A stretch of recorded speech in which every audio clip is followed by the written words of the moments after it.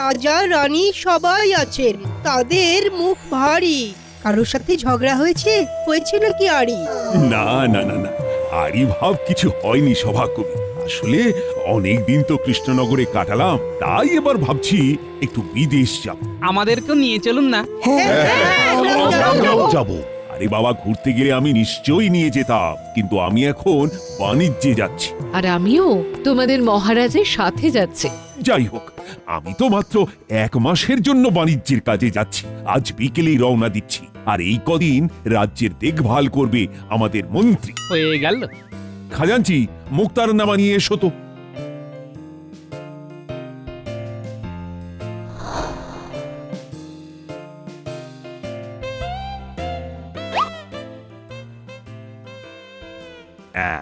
এই কাগজ হলো ক্ষমতা প্রদানপত্র, অর্থাৎ মুক্তারনামা। মন্ত্রী আমার অনুপস্থিতিতে রাজ্য সামলাবে। এই নাও মন্ত্রী। ধন্যবাদ মহারাজ, আশা করি আমি আপনার মুখ রাখতে পারবো। সর্বনাশ!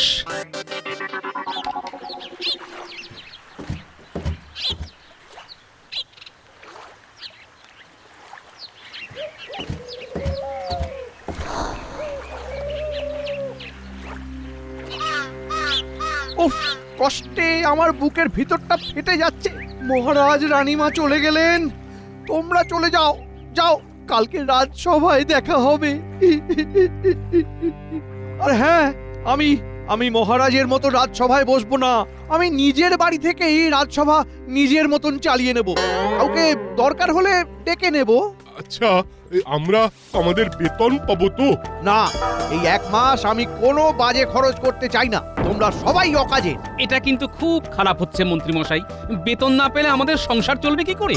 সব তোমাদের ব্যাপার। যাও যাও যাও, নিজের বাড়ি যাও, যাও।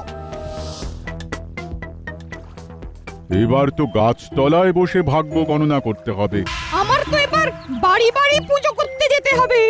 মা, আমি কি করি? হ্যাঁ, 1 মাস এখন কেঁদে কেঁদেই মরি।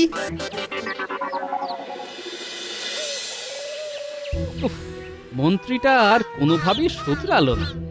মহারাজ যেতেই শয়তানি শুরু করে দিল। এখন 1 মাস হাতে লণ্ঠন। উনি এখন রাজা, তুমি ওনাকে কিচ্ছু করতে পারবে না। হ্যাঁ, রাজ্য থেকে তাড়িয়ে দিলে হিতে বিপরীত হবে। হ্যাঁ, বলছি এখন তো মহারাজ নেই। এই সময় এমন একটা কাজ করে মহারাজকে চমকে দিতে যদি পারো, তাহলে কিন্তু মন্দ হয় না। ঠিকই বলেছ গিন্নি, আমিও তাই ভাবছি, বুঝলে। আচ্ছা, তুমি গতবার শীতে 2টো সুন্দর আসন বানিয়ে দিয়েছিলে, মনে আছে? ওরকম আরো বানিয়ে দিতে পারবে? হ্যাঁ হ্যাঁ, এই দুপুরবেলা তো আমার কোনো কাজ থাকে না গো। অবশ্যই পারবো, কিন্তু তোমার হঠাৎ আসন লাগবে কেন? আসনগুলো বিক্রি করলে কেমন হয়? কিছু অতিরিক্ত টাকা হলে তো মন্দ হয় না, বলো? তোমা, মন্দ হবে কেন? বরং ভালোই হবে, ভালোই হবে। আমি আবার ভাবছি, রাজ্যের বাকি মহিলাও যদি দুপুরবেলাটা শুয়ে বসে না কাটিয়ে কোনো একটা হাতের কাজ করতো, তাহলে কেমন ভালো হতো। হ্যাঁ, প্রত্যেকেরই কিছু না কিছু রোজগার হতো। এক কাজ করি, হ্যাঁ, সবাই মিলে একটা জায়গায় সভা রাখি, ওখানেই খোলসা করব। তোমাকে কিন্তু অনেক দায়িত্ব নিতে হবে গিন্নি। বেশ, তুমি যা বলবে। কি গো গোপাল দাদা, হঠাৎ ডাকলে যে? কি ব্যাপার? তোমার ডাক শুনে চলে এলাম। শোনো, তোমরা যে এসেছো এতে আমি খুব খুশি হয়েছি। আমি চাই আমাদের গ্রামের মেয়েরা সকলে এগিয়ে আসুক, নিজেদের বাড়ির আর হাতের কাজ শেষ করে ওরা এমন কাজকর্ম করুক যেটা ওরা পারবে আর যেটা ওরা জানে। এইভাবে এগিয়ে এলে ওরা স্বাবলম্বীও হবে আর বাড়তি 2টো রোজগারও হবে। বেশ, এতে নারী শক্তির বিকাশ হবে। একদম তাই। গোপাল, হঠাৎ করে তোমার এই রকম চিন্তা হওয়ার কারণ কি? কারণ একটাই, এখন মহারাজ বাণিজ্যে গিয়েছে। এদিকে আমরা যদি ঘরে ঘরে হস্তশিল্পের একটা বিকাশ ঘটাতে পারি, তাহলে মহারাজ পরবর্তীকালে আমাদের বানানো জিনিস বিদেশেও বিক্রি করতে পারবেন। এত বছর এই গ্রামে আছি, কাউকে কোনোদিন এই বিষয় নিয়ে ভাবতে দেখিনি। খুবই ভালো বলেছো, কিন্তু কিভাবে এগোনো হবে কিছু ভেবেছো? হ্যাঁ, ওই সেইটা নিয়ে আমার গিন্নি বলবে। বাবা বাবা বাবা, গোপাল, তোমরা কর্তা গিন্নি একসাথে মাঠে নেমে পড়েছো। দারুণ দারুণ। সবার আগে তো আমাদের একে অপরের পাশে থাকতে হবে, সবাই সবাইকে সাহায্য করতে হবে। এই জিনিসটা মাথার মধ্যে গেঁথে ফেলতে হবে যে আমরা একা কিছুই করতে পারবো না। হ্যাঁ, কাল থেকেই আমরা কাজ শুরু করছি। কিন্তু তোমরা নিশ্চয়ই জানো ওই হইচই না করে বরং খুব সন্তর্পণে কাজটা করতে হবে তোমাদের, কারণ এখন এই রাজ্যের শাসন ওই মন্ত্রী মশাইয়ের হাতে, আর উনি তো নিজের ছাড়া অন্যের ভালো কোনো দিনই চাইতে পারেন না।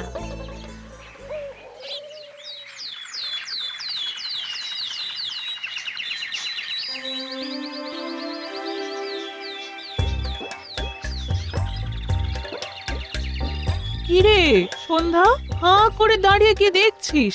হাত লাগা। আমি তো ঝুড়ি বুনতে পারি না। ঝুড়ি বুনতে না পারিস, বেতটা তো এগিয়ে দিতে পারবি। পারবি না? গোপাল দাদার বউ কিন্তু বারবার বলেছে পাশে থাকতে। কাজ করতে পারো বা নাই পারো। এটা হয়ে গেলে আমরা মালা গাঁথবো। সন্ধ্যা রে, তুই আমায় সুতো কেটে দিবি? বল বল। দেখো প্রহরী, মহারাজ নেই, এখন সব দায়িত্ব আমার, তাই আমি যেভাবে বলবো সেভাবে রাজ্য চলবে। কেমন? তা আমাদের রাজ্যে খাজনা তো ভালোই ওঠে। হ্যাঁ, তা তো ওঠেই। তোমার দায়িত্বেই তো খাজনা আদায়ের ব্যাপারটা থাকে নাকি? এবারের কি খবর? এবারে খাজনা গতবারের চেয়ে অনেক বেশি উঠেছে, প্রায় 3 গুণ বেশি। বলো কি, 3 গুণ? আর সবচেয়ে গুরুত্বপূর্ণ খবর হচ্ছে অপরাধের হার কমেছে 3 গুণ। মহারাজ বেশ ভালো শাসন করেছেন। সাংঘাতিক ব্যাপার, কিন্তু সবকিছু এত ভালো হচ্ছে কেন? তাহলে তো কেউ আমার কাছে বিচার চাইতে আসবে না। এই বটা ঘটাকে এক্ষুনি খবর দাও, যাও। আমাদের খুঁজতে হবে না, আমরা চলে এসেছি।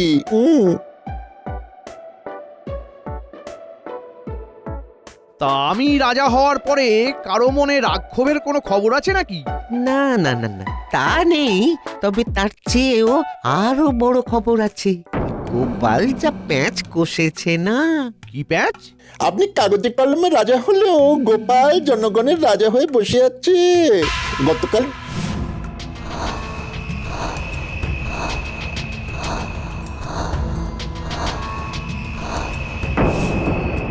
না না না না, এভাবে বেশি বার বাড়তে দিলে চলবে না। গোপাল, গোপালের বউ আর বাকি রাজ্যবাসীদের প্রত্যেকটা কাজের ওপর তোদের নজর রাখতে হবে, বুঝলি? তা তো রাখবই। এখন আপনি রাজা, শুধু আমাদের ওই বকশিসটা এবার হাত খুলে দেবেন লক্ষ্মীটি। ঠিক আছে, আরে সেসব নিয়ে তোদের আর ভাবতে হবে না। যা যা, এক্ষুনি কাজে লেগে পড়, যা।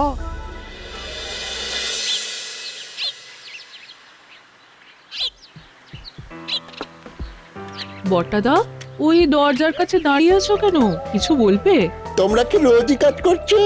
হ্যাঁ, সংসারের কাজ সারা হয়ে গেলে সারা সকাল সারা সপ্তাহ কাজ করছি। কাজ জিনিসপত্র বিক্রি করছো কোথায়? গিন্নিমা সপ্তাহে একবার করে হাটে যাবে, সেখানে সব কেনা বেচা হবে। গোপালের বউ তো বেশ কোমর বেঁধেই নেমেছে তাহলে। গোপাল দাদা তো আছেই, কিন্তু গিন্নিমা একাই 100। তা কেমন লাগছে তোমাদের কাজ করতে? কেমন আবার লাগবে? ভালোই লাগছে, বরং দারুণ লাগছে। খারাপ লাগবে কেন বটাদা? তা তোমরা গ্রামের মেয়েরা কি সবাই খুব ভালো আছো? হ্যাঁ বটাদা, আমরা খুব ভালো আছি। আচ্ছা, কি ব্যাপার বলতো? বটাদা হঠাৎ এত খোঁজ করছে কেন? গিন্নিমাকে একবার জানানো উচিত, তোর কি মনে হয়? হ্যাঁ, অবশ্যই। বল ওটা ঘটা, বল কি খবর নিয়ে এসেছিস বল। গোপালের বউ তো একেবারে কোমর বেঁধে নেমে পড়েছে। সবাইকে দেখে বেশ খুশি খুশি লাগছে। মহিলা মহল তৈরি করেছে ওরা। আমি এখন এই রাজ্যের রাজা। হ্যাঁ, আর আমরা আপনার সাময়িক মন্ত্রী। শোন, মহারাজ কৃষ্ণচন্দ্র অত্যাধিক প্রজাদরদী ছিলেন, তাই সিন্ধুক ভরাতে পারেননি। সিন্ধুক ভরাতে গেলে প্রজাদের লুটতে হবে। এটা একদম হক কথা বলেছেন। প্রজা খুশি থাকলে রাজা খুশি থাকবে কি করে? সমর্পণ করা জীবনের কোনো মূল্যই নেই। তাই আপনাকে এমন একটা বুদ্ধি ভাবতে হবে যাতে এই 1 মাসের মধ্যে আপনি অগাধ সম্পত্তি করতে পারবেন, প্রচুর পয়সা কামিয়ে চিরকালের জন্য বিদেশ চলে যাবেন। এই তো একটা মনের মতো কথা বলেছিস এতক্ষণে।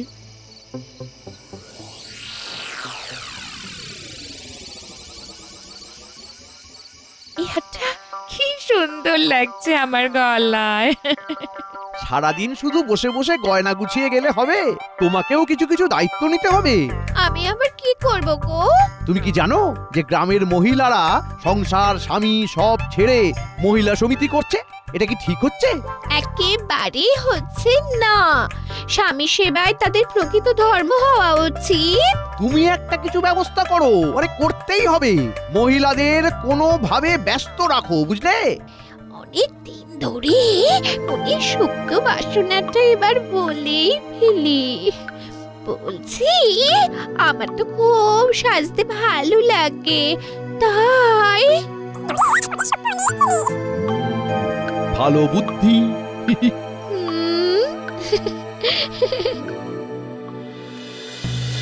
শুনুন শুনুন শুনুন, আগামীকাল থেকে গ্রামের সমস্ত মেয়েদের মন্ত্রীগিন্নি সেবায় সময় দিতে হবে।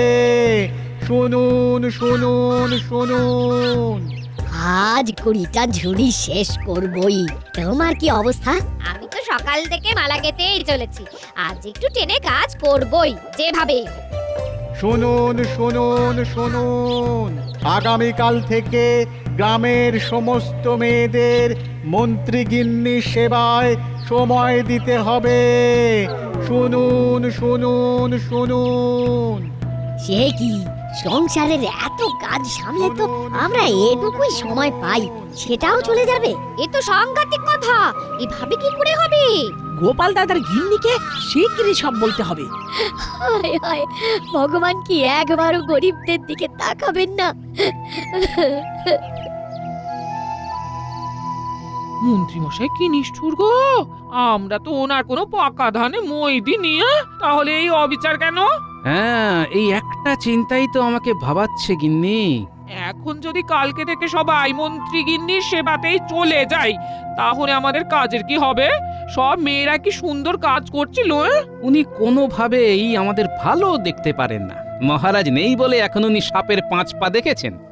তুমি কিছু একটা তো করো, তুমি কিছু একটা ভাবো ভাবো, যে কষ্ট আমরা পাচ্ছি সেটা যেন ন্যাপলা গুলটেরা না পায়। মন্ত্রী মশাইয়ের খামখেয়ালি পড়ার শিকার ওরা যেন না হয় গো। ওদের মা পিসিরা সবাই যদি সারাদিন মন্ত্রী গিন্নির দেখভাল করে, তাহলে ওরা কোথায় যাবে? গিন্নি, তুমি খুব ভালো বলেছো তো। দারুণ একটা উপায় এলো মাথায়। কাল থেকে তোমরা সবাই মন্ত্রীর বাড়ি যাবে, কিন্তু বাচ্চাদের সাথে নিয়ে যাবে। ওরা জিজ্ঞাসা করলে বলবে বাড়িতে কেউ নেই ওদের দেখা। আর সাথে এতে কাজ হবে। আমাকে ভরসা করো না গিন্নি। তুমি ছাড়া আর কে আছে আমাদের? ব্যাস, তাহলে ভরসা রাখো, উপায় ঠিকই হবে গিন্নি।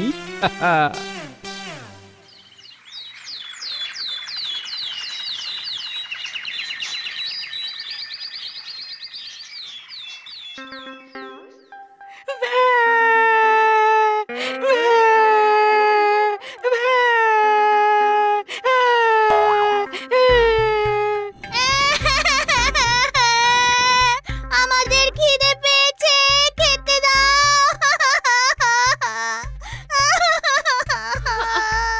তো মহাজেব শুরু হলো। এই এই, তোরা থামবি? মহাজ আলাতন শুরু হলো তো।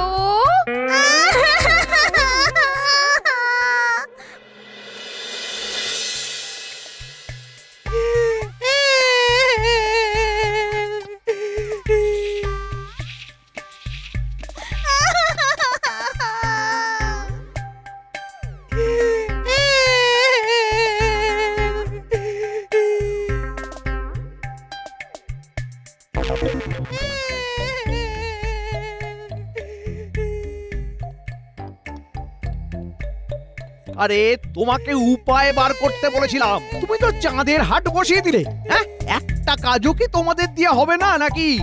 তোমার কথা মতো কাজ করেছি, আর আমি কি করব?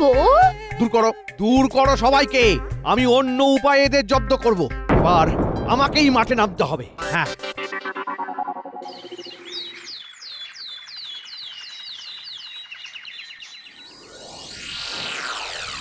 বল বটাঘটা, কি বলবি বল।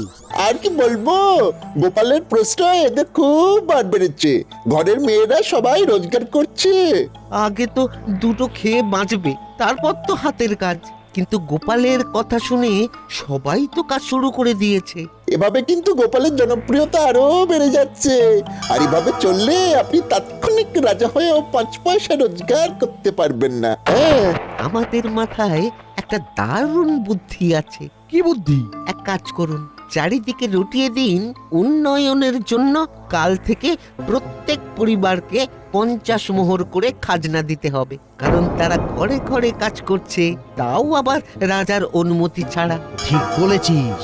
আরে 50 মোহর খাজনা যে না দেবে, তাকে আমার বাড়িতে এসে খেটে 50 মোহরের সমতুল্য কাজ করতে হবে।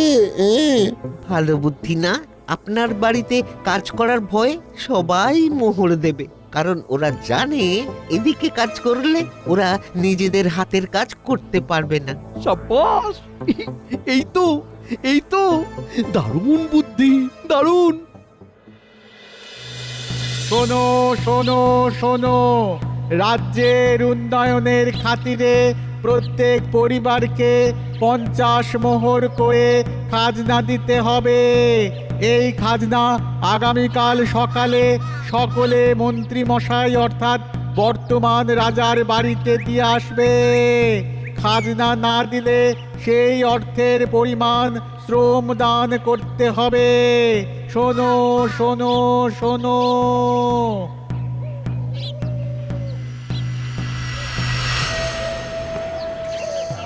অনেক কষ্টে তো মেয়েগুলো ঘুরে দাঁড়াচ্ছিল, এর মধ্যে আবার নতুন ঝামেলা। গোপাল গোপাল, তোমরা এটা মেনে নিও না। বলছে খাজনা নাকি 50 মোহর। এবার যারা দিতে পারবে না তাদের ওই মন্ত্রীর বাড়িতে গিয়ে খাটতে হবে। মেনে নেওয়ার প্রশ্নই ওঠে না, ঘুরে দাঁড়াতেই হবে, পারতেই হবে। হ্যাঁ, এই মুহূর্তেই তো আমাদের ঘুরে দাঁড়াতে হবে, আমাদেরই ঠিক করতে হবে আমরা কি করব। তোমরা মেয়েরা কি চাও বলো? হ্যাঁ, কিন্তু মন্ত্রী মশাইয়ের এই অন্যায় অত্যাচারের হাত থেকে কিভাবে মুক্তি পাওয়া যায় বলো তো? একটা কথা মনে রেখো, একতাই বল। আমরা সবাই একসাথে চেষ্টা করলে নিশ্চয়ই কোনো না কোনো একটা উপায় বের হবে। হ্যাঁ গিন্নি, ঠিক বলেছো। আমাদের আগের বারের মতন একটা চমক দিতে হবে। যতবার মন্ত্রী মশাই তোমাদের রোজগারের পথে বাধা হয়ে দাঁড়ানোর চেষ্টা করবেন, ততবার ওনার চাল আমরা বানচাল করে দেবো। শোনো, আমরা একটা কাজ করব। মন্ত্রী মশাই, অত খাজনা দেওয়া যাবে না।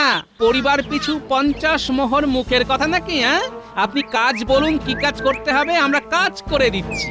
আপনি শুধু বলুন কি কাজ করতে হবে, আমরা সবাই আপনার বাড়িতে কাজ করতে রাজি আছি। আরে এ তো আচ্ছা বিপদে পড়া গেল। পুরো রাজ্যের লোক সবাই তো চলে এসেছে। বলুন, আমরা অপেক্ষা করছি। কি করতে হবে বলুন। আমরা সবাই আপনার বাড়িতে কাজ করব, কিন্তু খাজনা দেব না। আরে তোমরা মোট কতজন আছো? প্রায় সব রাজ্যবাসী আছে। আজকে থেকে আমরা কেউ আপনাকে খাজনা দেবো না, তার বদলে আপনার বাড়িতে কাজ করব। এই মাটি করেছে ও মন্ত্রী মশাই, এত লোককে বাড়িতে জায়গা দেবেন কি করে? তোদের কিছুই করতে হবে না। ওরে তোদের কিছুই করতে হবে না, তোরা ফিরে যা, ফিরে যা, যা যা যা। আরে আমি আমার কথা ফিরিয়ে নিলাম, যা। তাহলে তো ভালোই হলো। এই চলো, তোমাদের কাউকে কোনো খাজনা দিতে হবে না। সবাই যেরকম কাজ করছিলে আবার শুরু করো। মহারাজ ফিরে আসলে তখন এর বিচার হবে।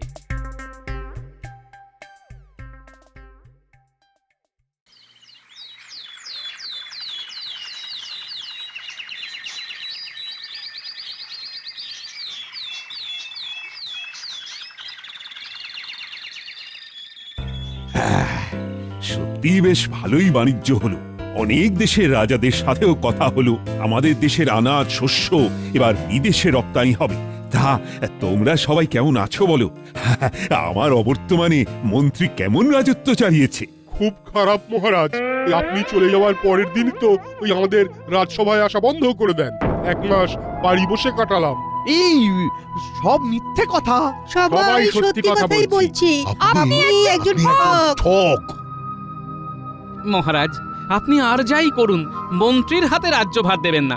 আপনি চলে যাওয়ার পরে তো আমাদের রাজসভার কাজটা চলে যায়। তাই আমি নতুন বুদ্ধি বের করি, গ্রামের মেয়েদের দিয়ে হাতের কাজ করানো শুরু করি। তারা বেশ খেটে রোজগার করছিল, কিন্তু তাতেও ওনার কুদৃষ্টি পড়েছিল। একদম বাজে কথা বলবে না। আমি তো রাজ্যের মঙ্গলের জন্যই 50 মোহর করে চেয়েছিলাম। রাজ্যের না নিজের মঙ্গল সেসব ভালোই জানা আছে মন্ত্রী মশাই। আরে ঠিক আছে ঝগড়া থামাও। শোনো গোপাল, তুমি বলছিলে না রাজ্যের মহিলারা হাতের কাজ করা শুরু করেছে, ওটা কিন্তু চালিয়ে যেতে হবে। এরপরে শস্যের সাথে বিদেশে আমরা আমাদের হস্তশিল্প পাঠাবো। দারুণ দারুণ প্রস্তাব মহারাজ, দারুণ প্রস্তাব। এভাবেই নারী শক্তির বিকাশ হবে।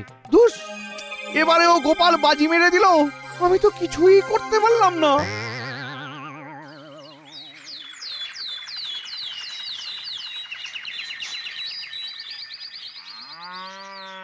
সত্যি গোপাল দাদা, তোমার এই ঋণ কোনোদিন ভুলবো না। এই নাও, এই নাও মিষ্টি খাও। এই নাও গোপাল দাদা, মাংস খাও।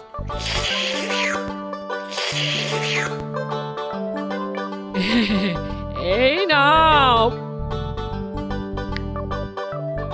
পায়েস খাও।